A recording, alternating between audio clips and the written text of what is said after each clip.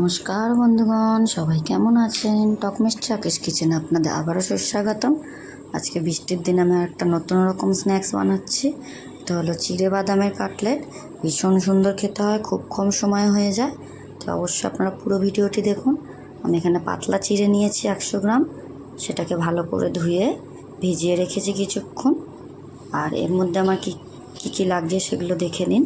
তো এখানে আমি বাদামটা দেবই। তো বাদামটা কাঁচা, সেটা কিন্তু শুকনো খোলায় ভেজে নেবো।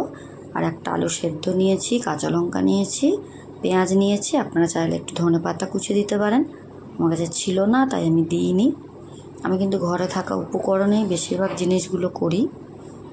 তো দেখুন, বাদামটা কিন্তু আমি খালি খোলায় ভেজে নিচ্ছি, শুকনো করে ভেজে নেবো। নিয়ে এটাকে আধ ভাঙা মতন করে নেব, খুব কিন্তু গুঁড়ো করব না। তো এটা একটু সামান্য ঠান্ডা হওয়ার পরে বাদামটা দেখুন গুঁড়ো করে নিয়েছি। গুঁড়ো বলতে একেবারে যে মিহি পেস্ট হয়েছে সেটা নয়, আধ ভাঙা রয়েছে। তাহলে কিন্তু মুখে পড়বে, খেতে দারুণ লাগবে। তো অবশ্যই আপনারা এই রেসিপিটা একবার বাড়িতে ট্রাই করুন, ভীষণ ভালো লাগবে আপনাদের। আর এটা কিন্তু খুব কম তেলে হবে, সেটাও আমি আপনাদের দেখাবো। তো এখানে আমি এর মধ্যে চিড়ের মধ্যে বাদামটা, নুন, একটু ধনে গুঁড়ো, একটু জিরে গুঁড়ো, আর একটু লঙ্কা গুঁড়ো, আর একটু গোলমরিচের গুঁড়ো দিয়ে নিচ্ছি।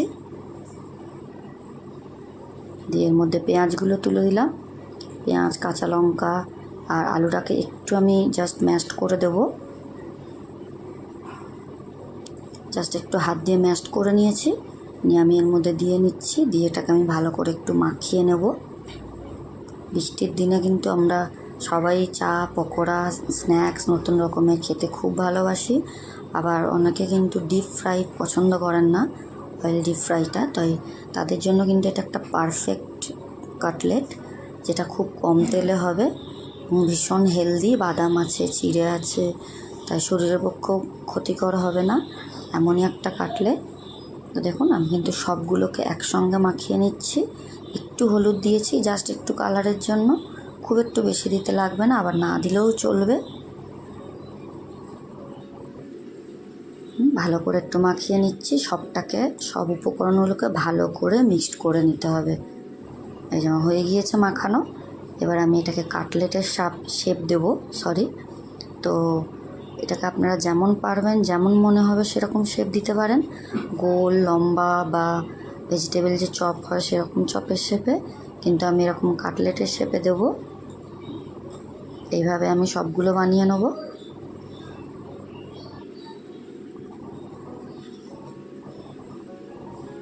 দেখুন, আমি কিন্তু বানিয়ে নিচ্ছি এগুলো।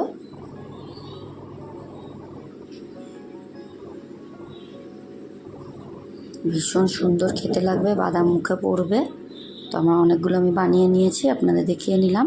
এবার আমি এটাকে ভাজবো। দেখুন, প্যান গরম করতে দিয়ে দিয়েছি, দিয়ে তেল দিয়ে দিচ্ছি। খুবই সামান্য তেল দেবো।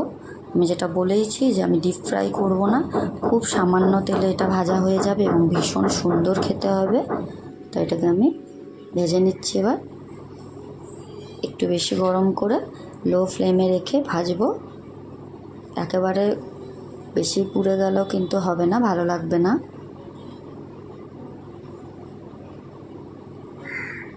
দেখুন, এক সাইডে লাল হয়ে গিয়েছে, আমি উল্টে নিচ্ছি অন্য সাইডে।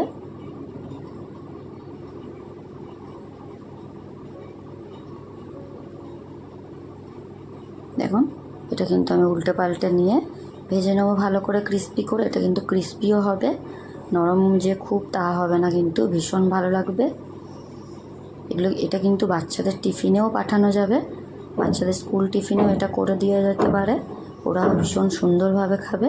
সেই ক্ষেত্রে আপনারা কাঁচা লঙ্কাটা পারলে স্কিপ করতে পারেন। তো এইভাবে আমি সবগুলো ভেজে নিচ্ছি। তো দেখুন, আমি কিছুটা ভেজে আমি সার্ভ করে নিয়েছি। ভীষণ ক্রিস্পি হয়েছে, লাল লাল, ভীষণ সুন্দর খেতে হয়েছে। আমি শসা পেঁয়াজ দিয়ে নিয়েছি। আপনারা জানাবেন কেমন হয়েছে। দেখা হবে আপনাদের সঙ্গে পরবর্তী ভিডিওতে। টাটা, সুস্থ থাকবেন, ভালো থাকবেন।